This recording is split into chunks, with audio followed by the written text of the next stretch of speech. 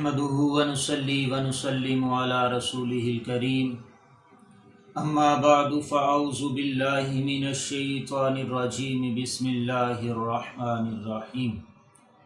Islamic motivation YouTube channel کے پیارے ناظرین، السلام علیکم ورحمۃ اللہ وبرکاتہ۔ دوستو، کیسے ہیں آپ سب؟ امید کرتا ہوں سبھی حضرات خیریت سے ہوں گے۔ دوستو، آج کی ویڈیو جنگ احد کے بارے میں بنائی جا رہی ہے۔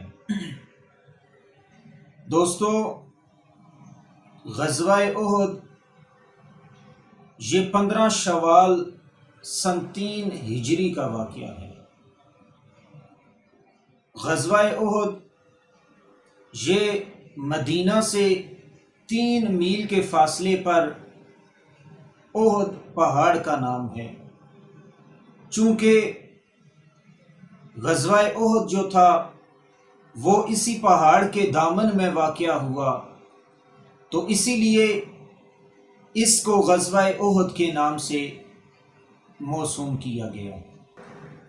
دوستو، غزوہ احد کیوں پیش آیا؟ تو غزوہ احد یہ کفار کی طرف سے انتقام کے لیے پیش آیا، چونکہ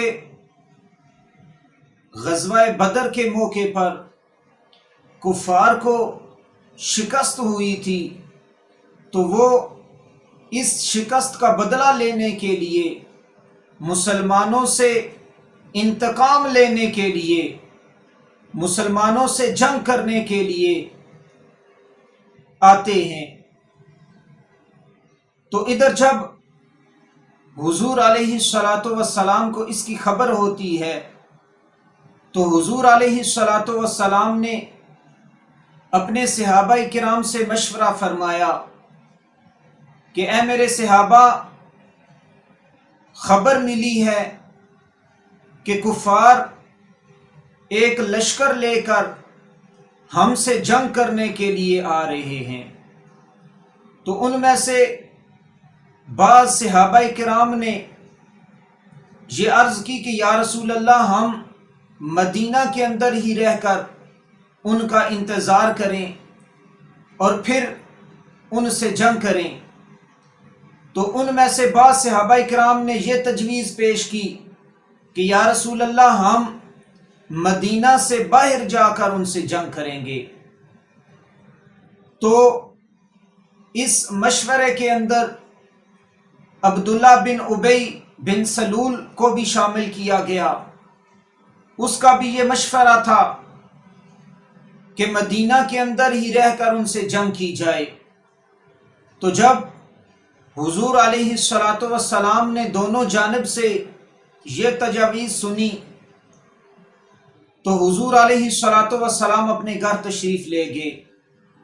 اور جب حضور علیہ الصلاۃ اپنے گھر سے باہر تشریف لاتے ہیں، تو اس حال میں ہوتے ہیں کہ آپ نے جنگ کے لیے اسلحہ زیب تن کیا ہوتا ہے۔ تو ساتھ ہی حضور علیہ الصلاۃ نے یہ بھی فرما دیا کہ نبی کے لیے یہ مناسب نہیں کہ جب جنگ کا لباس پہن لے تو پھر بغیر جنگ کیے اس کو اتار دے۔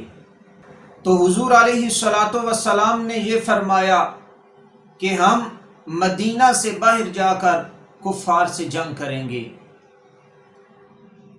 تو احباب ذی وقار عبداللہ بن ابی وہ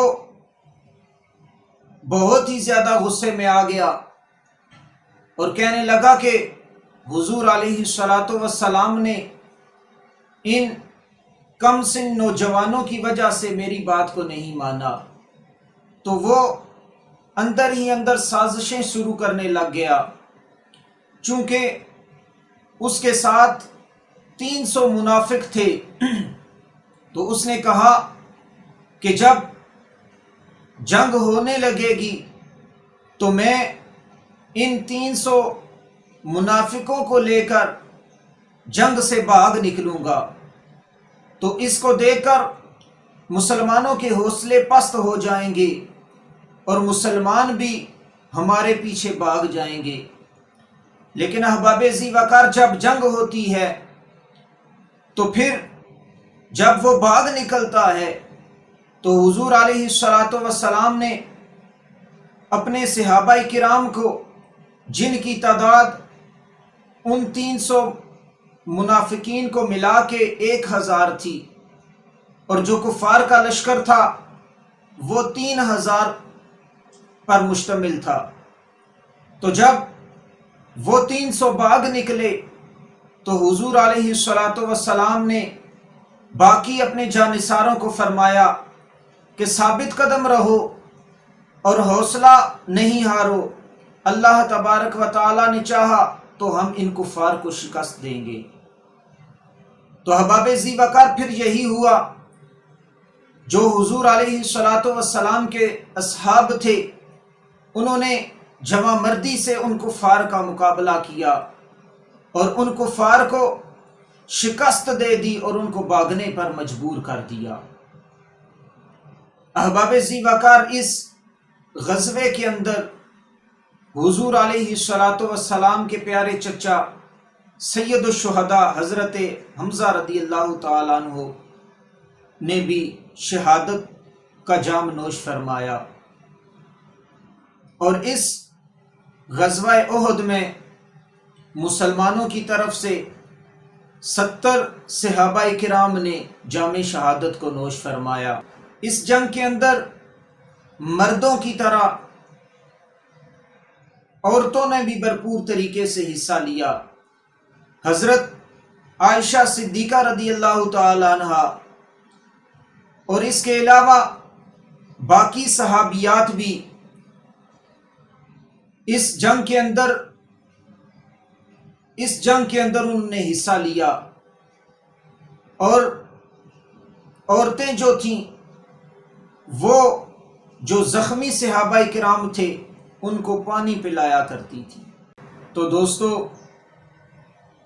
امید کرتا ہوں کہ یہ ویڈیو آپ کو پسند آئی ہوگی۔ اللہ تبارک و تعالی ہمیں بھی اپنے دین متین کی خدمت کرنے کی توفیق عطا فرمائے۔ وآخر دعوانا ان الحمد للہ رب العالمین۔